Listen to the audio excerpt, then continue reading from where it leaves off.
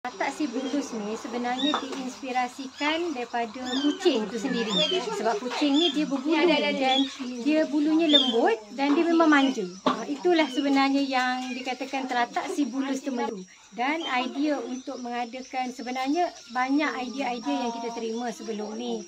Cuma untuk menguruskan rumah kucing ni bukan suatu perkara yang dia agak rumit sebab dia perlu committed dengan menjaga menguruskan rumah kucing. Jadi pada tahun lepas pada dalam bulan 7 saya berbincang dengan pengarah landscape MPT, berbincang dan beberapa orang ahli majlis macam mana kalau kita buat rumah kucing.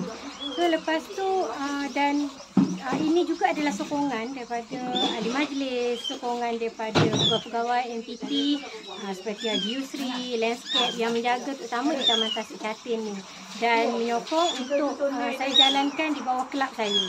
Dan sebenarnya bila bulan 7 dan bulan 11 diumumkan oleh YDP sebab ada ahli majlis yang suarakanlah kepada YDP untuk mengadakan rumah kucing.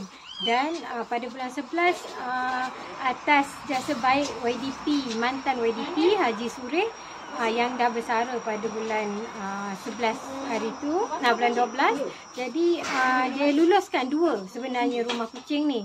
Satu di teratak si bulus ni di Tasik Catin dan satu di Tasik Bandar Temelong.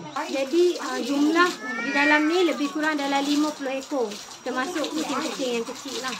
Dan di antara tujuan saya sebenarnya tergerak dah lama untuk mengadakan rumah kucing ni atas tapi perlu ada kemampuan sebenarnya sebab dari segi kos memang agak berat lah. Kita itu sebab kalau boleh kita harapkan masyarakat juga sama-sama membantu kita untuk bukan saja kalau tak dapat nak bagi dana, dapat belikan makanan ataupun pasir pun dah cukup untuk kami. Sebab ini memang ditanggung sendiri oleh kami sendiri. Jadi sukarelawan dekat teratak ni atas dasar sebab saya memang pecinta kucing. Dekat rumah saya lebih kurang dalam 10 ekor kucing lah.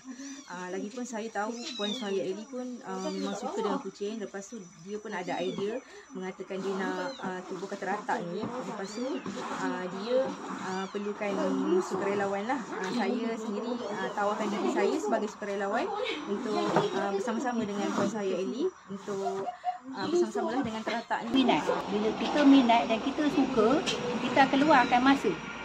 Sebab benda ni dah lama dah bincang dengan Puan Suhaya Eli ni dah lama dah. Tak silap sebelum COVID lagi. Kita orang bincang.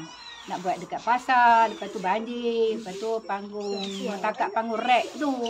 Lepas tu pun tak boleh juga. Sampailah dia ada rezeki, maknanya dia join. Mungkinlah dia dengan ahli majlis. Okey, alhamdulillah terkabul lah.